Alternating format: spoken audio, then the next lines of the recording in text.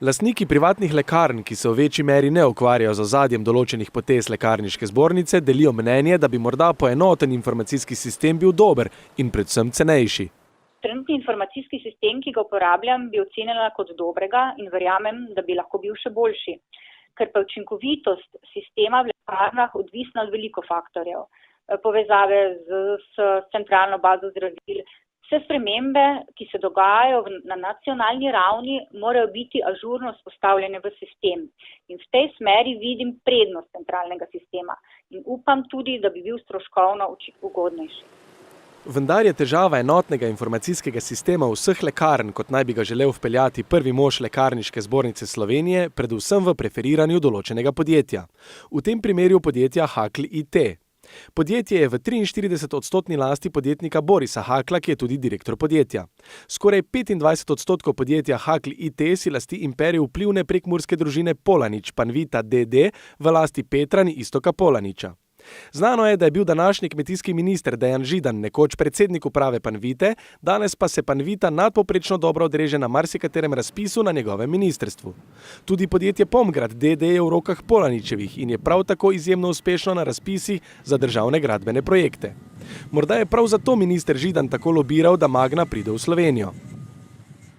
Družina Hakl ima roko tudi nad vplivnim časopisom Večer. Boris Hakl je namreč prek podjetja Hakl & Hakl d.o.o. 20% lastnik podjetja Skupina Večer d.o.o., njegov sin Uroš Hakl pa si lasti kar 40% mariborskega časnika. Pred 7 leti je Lekarna Ljubljana za informacijske sisteme izbrala podjetje Hakl IT brez javnega razpisa. Posel je bil namreč dodeljen po pogajanjih s Hakl IT kot edinim ponudnikom.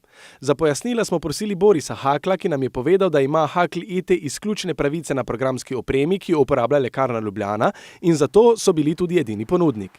Sicer pa je Hakl poudaril, da gre pri lekarnah za javne zavode, kar pomeni, da je za vsak posel potreben javni razpis in da jih v zvezi z enotnim informacijskim sistemom še nihče ni kontaktiral. Povedal je še, da njihovo podjetje že zdaj obvladuje kar 70% vseh lekarn pri nas, kar jim daje še dodatne prednosti pri vseh razpisih, predvsem ko je govora o referencah. Jasno je namreč, da se tudi javne razpise lahko tako priredi, da bo izbran točno določen ponudnik.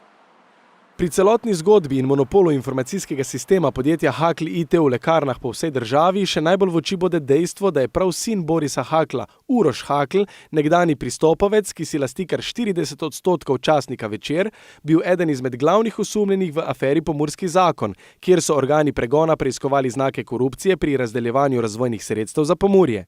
Kriminalisti so v preiskavi na podlagi nekaj 100 elektronskih sporočil ugotovili, da naj bi predstavniki podjetij Oikos, Pristop in Pribinovina sami oblikovali pogoje in javna naročila tako, da so sami ustrezali pogojem. Gospodarske družbe, ki so sodelovale pri pripravi javnih naročil, so tako na koncu bile izbrane tudi za izvajanje le-teh, ter zato bile plačane iz proračunskih sredstev.